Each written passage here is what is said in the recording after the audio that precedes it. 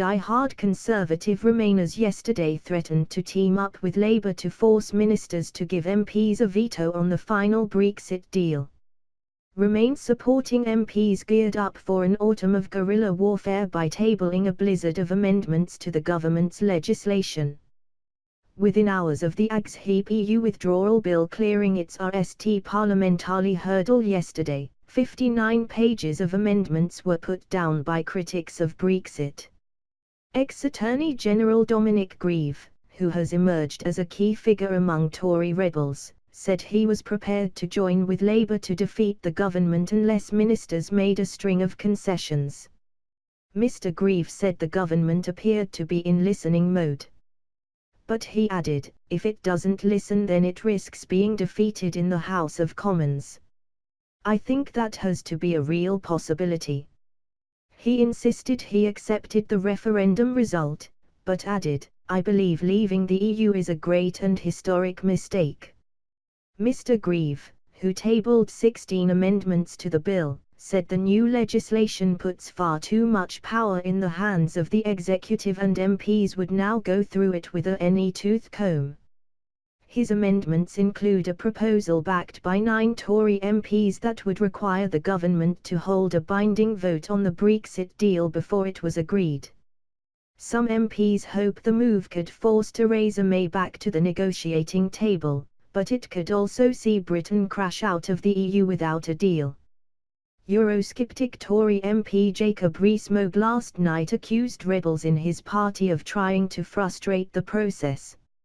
He said, the government has already promised there will be a vote on the deal. Putting it into legislation risks creating a procedural logjam if not outright chaos if the divorce deal is signed near the deadline. It appears to be a last-gasp effort by the Remainers to keep us in the EU. But this would also in theory allow Eurosceptics who think no deal is better than a bad deal to vote down the agreement. Labour also tabled a string of amendments which would tie the government's hands during the negotiations on Britain's EU exit. Jeremy Corbyn put forward proposals to allow MPs to determine the duration of any transitional deal. With Labour also calling for the UK to stay in the single market and customs union during any transition, this could allow pro-Remain MPs to permanently keep Britain in the EU in all but name. Labour's Brexit spokesman Sir Keir Starmer said that the flawed bill would require extensive amendment and improvement in a whole range of areas. He added, this is likely to cause delays and division in Parliament, and the Prime Minister has nobody to blame but herself. Pro-Remain MPs also put forward plans that would require the UK to stay in the customs union indefinitely, even though this would mean the permanent continuation of free movement.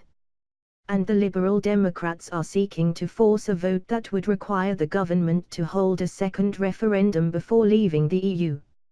Philip Hammond yesterday said a transitional deal to smooth the path to Brexit would look a lot like the status quo. The Chancellor indicated that he was pushing for an arrangement that will keep the UK in the customs union in all but name as we leave the European Union. Ministers have agreed to pursue a transition lasting up to 3 years to give businesses and the government more time to prepare. Mr. Hammond told peers not everything would be ready in time for the expected exit date in March 2019. With customs facing a very challenging race to implement new systems. Asked if he was content the capacity of UK ports was adequate to deal with additional inspections, Mr. Hammond said, no, it is clearly not. The EU withdrawal bill repeals the European Communities Act 1972, which enshrines the supremacy of EU law. It also transfers thousands of existing EU regulations into British law in order to smooth the path to Brexit.